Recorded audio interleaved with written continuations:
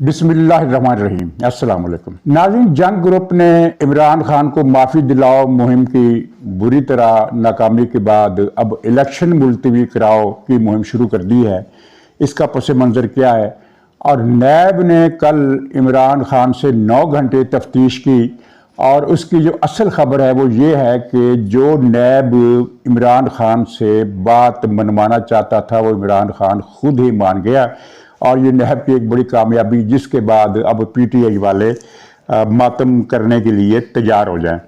اور تیسری طرف ایون فیلڈ کیس تو تقریباً ختم ہو گیا۔ کل کی جو سماعت ہوئی ہے اس میں جو چیف جسٹس نے ریمارکس دیے ہیں اور اس کیس کا جو قصہ تھا وہ اب پاک ہوتا ہوا نظر آ رہا ہے۔ اور چوتھا یہ ہے کہ اسلام آباد میں جب کیس کے حوالے سے بشرا بی بی پیش ہونے کے لیے گئیں تو وہاں چند افراد نے، کوئی درجن 12-14 افراد ہوں گے، جنہوں نے کالا جادو مرد آباد کے نعرے لگائے۔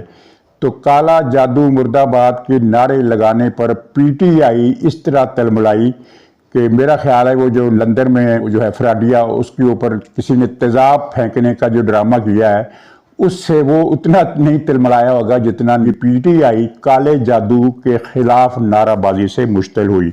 تو بہرحال آغاز کرتے ہیں۔ جنگ گروپ کے ایک کالم نگار نے جو ظاہر ہے، جن کے ادارے میں ایک اولیت کا درجہ حاصل ہے، اس لیے کہ وہ کوئی عام رپورٹر نہیں ہے بلکہ ان کے پاس ایڈیٹر کی ذمہ داریاں بھی ہیں۔ چنانچہ یہ ہم نہیں کہہ سکتے کہ یہ ایک کالم نگار کی ذاتی رائے تھی جس کے ساتھ ادارے کا متفق ہونا ضروری نہیں۔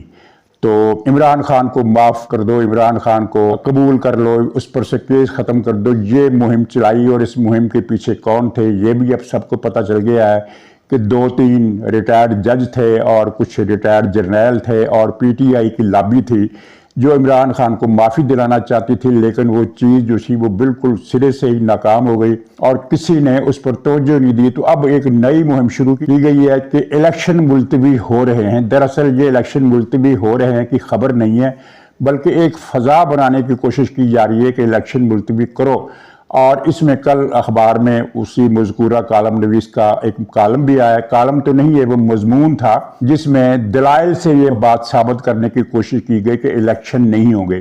اور اسی روز اسلام آباد کی ایک رپورٹر کی خبر بھی صفحہ 3 پر باقاعدہ بکس لگا کر شائع کی گئی کہ الیکشن ملتوی ہونے کا امکان نہیں بلکہ حالات پیدا ہو گئے۔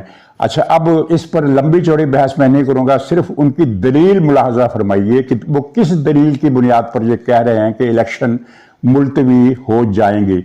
دلیل یہ ہے کہ فروری میں اگر الیکشن کرائے گئے تو اقتصادی بحالی کا جو عمل چل رہا ہے یا اقتصادی ترقی ہو رہی ہے یا جو بھی ان کے نزدیک مفہوم ہے، معیشت کے لیے ایک اچھا دور چل رہا ہے، تو اس اچھے دور میں خلل آ جائے گا الیکشن کرانے سے۔ اب اس دلیل کو لے لیجئے اور اس دلیل کی بنیاد پر جو عمارت کھڑی کی گئی ہے اس عمارت کی بوسیدگی کا، اس کی کمزوری کا کیا کہنا، کہ جس کی بنیاد یہ دلیل ہو۔ آپ پوری ہسٹری پڑھ جائیے، جہاں جہاں الیکشن ہوئے ہیں دنیا کے کسی بھی ملک میں کبھی کسی نے یہ کہا ہے کہ الیکشن ہونے سے ترقی کی رفتار رک جاتی ہے، ترقی میں وقفہ آ جاتا ہے، معاشی بحالی کے عمل میں وقفہ آ جاتا ہے؟ کبھی ایسی بات آپ نے سنی کہ الیکشن ہونے سے معاشی زوال آ جائے؟ یہ دلیل اس سے پہلے نہ کبھی کسی نے سنی، نہ کسی نے کہی، اور نہ ہی کسی بزرگ مہر کے دماغ میں ایسی سوجی۔ اسی کے لیے وہ انشاءاللہ خان شاہ نے کہا تھا کہ اندھے کو اندھیرے میں بڑی دور کی سوجی، اور یہ کچھ زیادہ ہی دور کی سوجی کہ الیکشن اگر ہو گئے تو اقتصادی بحالی کا عمل رک جائے گا۔ حالانکہ پاکستان میں اگر پسماندگی آئی ہے تو وہ اس کی وجہ ہی یہ ہے کہ یا تو الیکشن ڈیلے کیے جاتے رہے، یا الیکشن کے نتائج کو نہیں مانا جاتا رہا، یا الیکشن کے نتیجے میں جو حکومت آ گئی اس حکومت کی ٹانگیں کھینچی جاتی رہی، اس کو چلتا کر دیا جاتا رہا۔ اس لیے معاشی زوال کی بنیادیں استوار ہوئیں، اور اس مرتبہ الیکشن ہونے والے ہیں تو یہ دلیل لے کر آ گئے ہیں۔ دراصل یہ ایک قسم کا وہ ان کو فیڈ کر رہے ہیں، فوڈ فار تھاٹ دے رہے ہیں کہ جناب الیکشن ملتوی کر دو، ورنہ آپ کے اقدامات سے جو معاشی صورتحال بہتر ہوئی ہے، اگر آپ نے الیکشن ملتوی نہ کیے تو یہ ساری آپ کی جو مہم ہے، جتنی محنت ہے اقتصادی بحالی پر، وہ ضائع ہو جائے گی، اور یہ سودا بیچنے کی ان کو کوشش کی جا رہی ہے۔ تو یہ سودا نہیں بکے گا، الیکشن ہوں گے،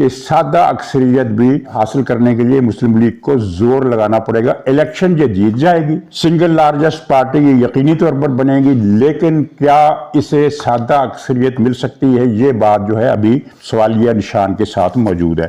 ناظرین, دوسرا, کل نیب کی ٹیم نے 9 گھنٹے تفتیش کی عمران خان سے, اور خیر اس پر شکر بھی لگا کہ کیونکہ نیب نے اتنی لمبی تفتیش اس سے پہلے شاید ہی کسی ملزم سے کی ہو, تو لیکن اس کی وجہ بھی سمجھ آ گئی. اور یہ بھی میں آپ کو بتا دوں کہ اس کے اندر سے نکلا کیا, جو نیب کو چاہیے تھا وہ مل گیا. لمبی تفتیش اس لیے ہوئی کہ عمران خان کسی سوال کا جواب ہی نہیں دے رہا تھا. میں نہیں جواب دیتا, تقریر ادھر کی, عالم اسلام کا لیڈر ہوں اور میں نے پتہ نہیں کیا کر دیا, اور میں نے 1 ارب درخت لگا دیے پختونخوا میں, اس طرح کی باتیں لا یعنی قسم کی, اس کی جو دماغی کیفیت کی عکاسی کرتے تھی, اس طرح کی گفتگو کرتا رہا.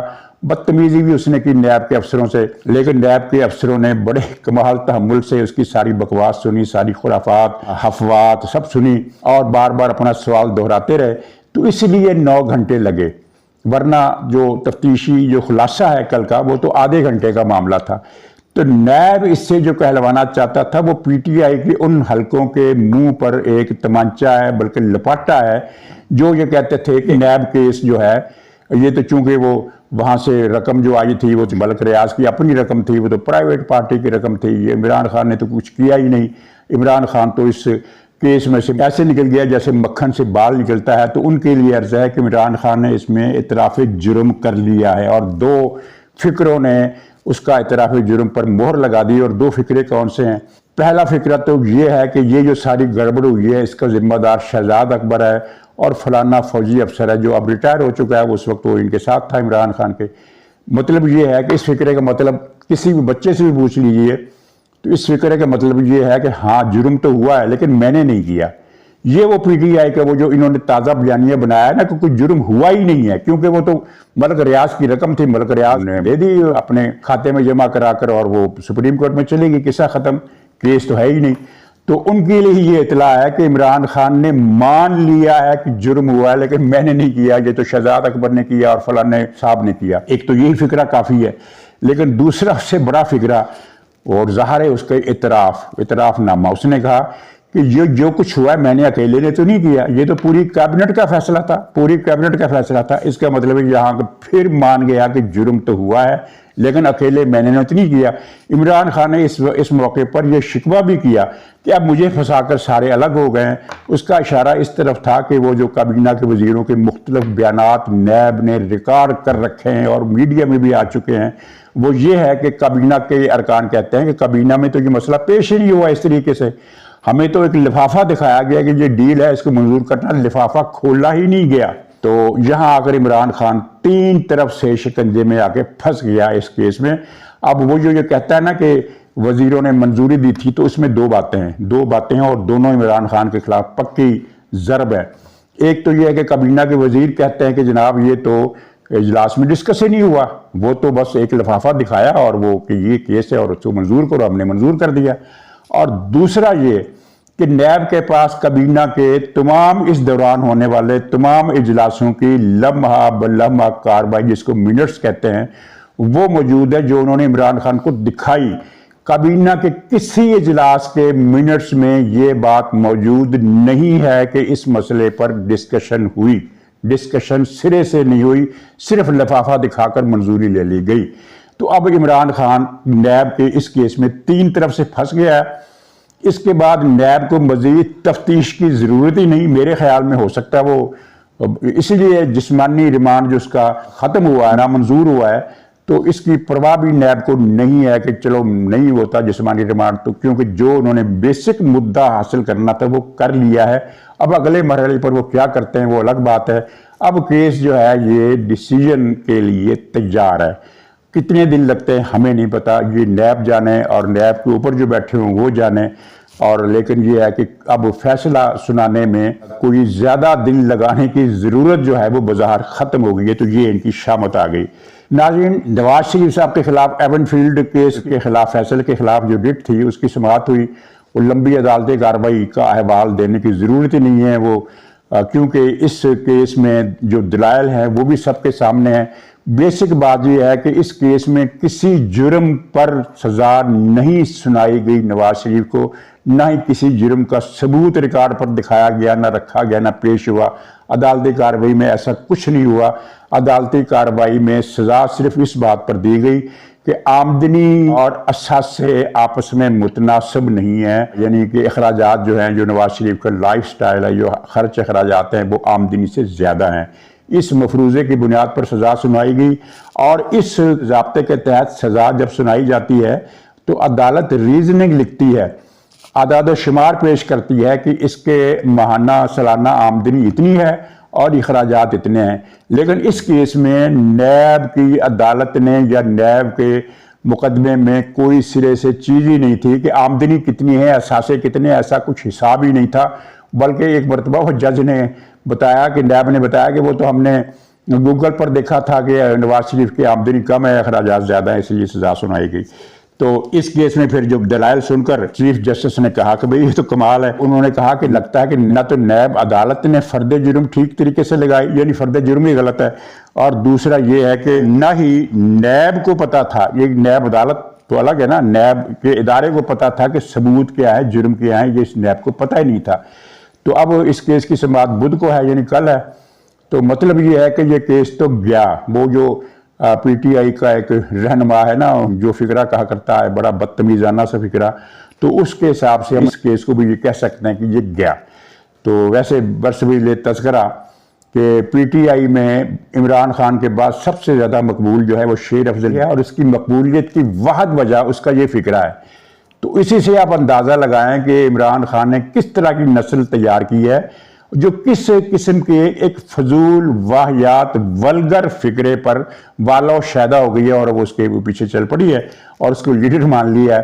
تو یعنی یہ کمال ہے، زوال کا کمال ہے۔ ناظرین، بشرا بی بی جب عدالت پیش ہونے کے لیے گاڑی میں آئیں تو 10-12 افراد نے ان کو گھیر لیا اور کہا کہ یہ تو کالا جادو مرد آباد اور کالا جادو نہیں چلے گا۔ اس پر آپ نے دیکھا کہ پھر کل سارا دن ایک صفحے ماتم بچھی رہی، صفحے گریہ بچھی رہی، صفحے تبرہ بچھی رہی، اور پی ٹی آئی کی میڈیا پر گالیاں، مذمتیں، یہ کیا ہو رہا ہے، وہ کیا ہو رہا ہے۔ اچھا، اس میں وہ کہتے ہیں کہ مظاہرہ کیوں کیا؟ مظاہرے کو تو چھوڑیں، انہوں نے لندن کے نواز شریف کے مکانات کے باہر ہر روز 3-4 سے لے کر 6-7، کبھی 10-12، کبھی اس سے بھی زیادہ لوگ اکٹھا ہو کر جو گالیاں دیتے تھے اور جو پتھر تک مارتے تھے، وہ سارے ان کو مظاہرے بھول گئے ہیں، بلکہ ان کی تو تعریف ہی کیا کرتے تھے اور کہا کرتے تھے کہ یہ تو عوام کے جذبات ہیں۔ وہ 6-7 آدمی عوام کا جذبات، تو یہ جو 10-12 آدمیوں نے کالا جادو مرد آباد کہا، تو اس پر یہ تپ گئے ہیں، بلکہ ان کی تپش جو ہے وہ ان کے چہروں سے بھی ٹپک رہی ہے اور زبانوں سے بھی۔ تو خیر، مجھے اس ایونٹ سے دلچسپی نہیں ہے، بلکہ دلچسپی اس بات سے ہے، یا میرا اعتراض اس بات پر ہے کہ کالے جادو کے خلاف انہوں نے نعرے لگائے، تو اس پر ان کو گرمی کیوں آئی؟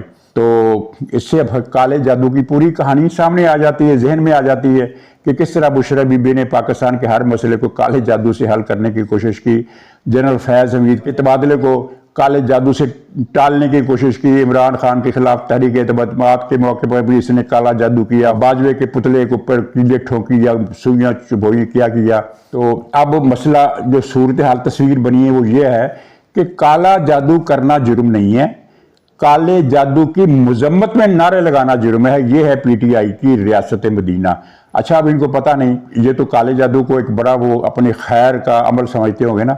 کالا جادو بہت بڑا گناہ نہیں ہے، جس کو کہتے ہیں نا کہ یہ گناہ ہے، کچھ لوگ کہتے ہیں یہ بہت بڑا گناہ ہے۔ یہ صرف بہت بڑا گناہ نہیں ہے، یہ شرک ہے، یہ ڈوئل سن ہے، ڈوئل سن، یعنی ایک گناہ میں 2 گناہ۔ ایک تو اس میں گناہ یہ ہے کہ کالے جادو سے آپ کو پتہ ہے کہ کالے جادو سے کسی کو فائدہ پہنچانے کا عمل نہیں کیا جا سکتا، یہ ممکن ہی نہیں ہے۔ کالے جادو سے ہمیشہ نقصان ہوگا، کسی کا مالی نقصان، کسی گھر میں لڑائی کرانا، کوئی بیمار ہو جائے گا، کوئی مر بھی سکتا ہے۔ تو ایک تو یہ ظلم کہ کسی کو آپ نے نقصان پہنچایا، یہ گناہ ہو گیا۔ کسی کی جان لے لی، یہ تو پھر بہت ہی بڑا گناہ ہو گیا۔ سب سے بڑا کبیرہ گناہوں میں جو ہے کوئی قتل ہے۔ اور دوسرا اس میں جو اس سے بھی بڑا گناہ ہے، جس کے بارے میں اللہ تعالیٰ نے فرمایا کہ اس کو تو میں معافی نہیں کروں گا، وہ ہے شرک۔ کیونکہ کالے جادو میں شیطان سے مدد لی جاتی ہے، شیطانی قوتوں سے، جس کو ہم ذریات شیاطین کہتے ہیں۔ اس شیطان کی ذریات، وہ جو ساری مخلوق ہے جادو کی، وہ کوئی روحانی مخلوق نہیں ہے، وہ شیطانی مخلوق ہے، اور جو اللہ تعالیٰ نے کسی مسلط کے تحت ایک نظام بنایا ہے اس میں وہ بھی شامل ہے۔ وہ قصہ اگر آپ بائبل میں پڑھیں، تفسیر کی کتابوں میں پڑھیں، روایات میں پڑھیں تو یہ پتہ چلتا ہے کہ مشیت کا ایک حصہ یہ بھی تھا کہ جس طرح شیطان کو ایک تصرف کا اختیار دینا قیامت تک کے لیے، ایک محدود قسم کا تصرف، وہ تم ٹھیک ہے گمراہ کرنے کی، تم اپنی صلاحیتیں شوق پورا کر لو، اسی طرح شیطانی قوتوں کو بھی ایک مشیت الہی کے تحت یہ پیدا کیا گیا، اور تاکہ جو لوگ ہیں وہ بد فطرت کے وہ جکڑے جائیں، اور جو نیک فطرت کے ہیں وہ ترغیب کے باوجود اس سے بچیں۔ تو یہ شرک ہے، ایک شرک ہے اور دوسرا گناہ کبیرہ ہے، یعنی دونوں قسم کے بڑے گناہ جن کی معافی ممکن نہیں ہے، کیونکہ قتل کی معافی ظاہر ہے اللہ تعالیٰ نے کہا ہے کہ یہ حقوق العباد کی معافی میں نہیں دوں گا، وہ تو جس بندے کے ساتھ حق تلفی ہوئی ہے وہی دے گا۔ تو یہ ریاست مدینہ، یہ اب آپ نے پچھلے دنوں میں دیکھا کہ یہ کہتے ہیں، یعنی ان کی ریاست مدینہ نعوذ باللہ یہ ہے کہ بدکاری کے، سیاہکاری کے، برائی کے اڈے قائم ہوں، کوئی حرج نہیں، وہاں لوگ آئیں اور برائی کی داد عیش دیں، کوئی حرج نہیں، لیکن اگر کوئی ان پر اعتراض کرے، انگلی اٹھائے کہ دیکھو یہ تو بدکاری کا اڈا ہے، یا دیکھو کہ یہ تو فلاں آدمی بدکاری کے اڈے پہ جا رہا ہے، تو یہ جرم ہے، کیونکہ یہ اس کی ذاتی زندگی میں مداخلت ہے۔ برائی کے اڈے میں، بدکاری کے اڈے میں 100 آدمی بھی موجود ہوں تو ظاہر ہے وہ اپنی ذاتی زندگی کے لیے آئیں، تو ذاتی زندگی پر انگلی اٹھانا جرم ہے۔ یہ ہے عمران خان اور اس کے حامیوں کی ریاست مدینہ۔ تو ناظرین، یہ پی ٹی آئی کا جو سوشل میڈیا ہے اور جو دوسرا میڈیا ہے جو ٹی وی پر بیٹھے ہیں، آپ لوگ نہیں مانیں گے، لیکن اگر آپ واچ کریں تو آپ کو پتہ چلے گا کہ مین سٹریم الیکٹرانک میڈیا پر اب بھی پی ٹی آئی کا غلبہ ہے۔ وہ غلبہ نظر اس لیے نہیں آتا کہ کچھ لوگوں نے بھیس بدل لیا ہے اور غیر جانبدار ہو گئے ہیں۔ وہ غیر جانبدار ہو کر عمران خان کی مذمت کرتے ہیں کہ عمران خان نے یہ بھی غلط کیا، وہ بھی غلط کیا، یہ بھی غلط کیا، وہ بھی غلط کیا، کمال ہے یہ قوم پھر بھی پاگل ہے، اس کے پیچھے 80% لوگ اس کے پیچھے ہیں۔ تو اب سننے والا یہ سمجھتا ہے کہ یہ آدمی تو عمران خان کا بڑا سخت دشمن ہے، بڑا مخالف ہے، اور جب یہ آدمی کہہ رہا ہے کہ 80% عوام عمران خان کے پیچھے ہیں، تو اس کا مطلب یہ ہے کہ واقعی اس کے پیچھے ہوں گے۔ تو یہ ان کا غلبہ ہے، اور ان لوگوں نے ایک فضا بنا دی ہے کہ عمران خان بہت پاپولر ہے، اور اسی کو لے کر پی ٹی آئی چل رہی ہے کہ الیکشن ملتوی کرا کے ایک غل مچایا جائے کہ پی ٹی آئی کو الیکشن میں ہرا نہیں سکتے تھے، اس لیے الیکشن ملتوی کر دیے گئے۔ تو چنانچہ اب ہم بندوق اٹھانے پر مجبور ہیں، کم سے کم پختونخوا میں وہ بندوق اٹھائیں گے، یہ طے شدہ بات ہے، اور اس اسکیم کو ناکام بنانے کے لیے الیکشن کا بر وقت ہونا ضروری ہے۔ تو ناظرین، انشاءاللہ تعالی ملتے ہیں اگلے ولاگ میں، تب تک کے لیے اجازت دیجیے، خدا حافظ۔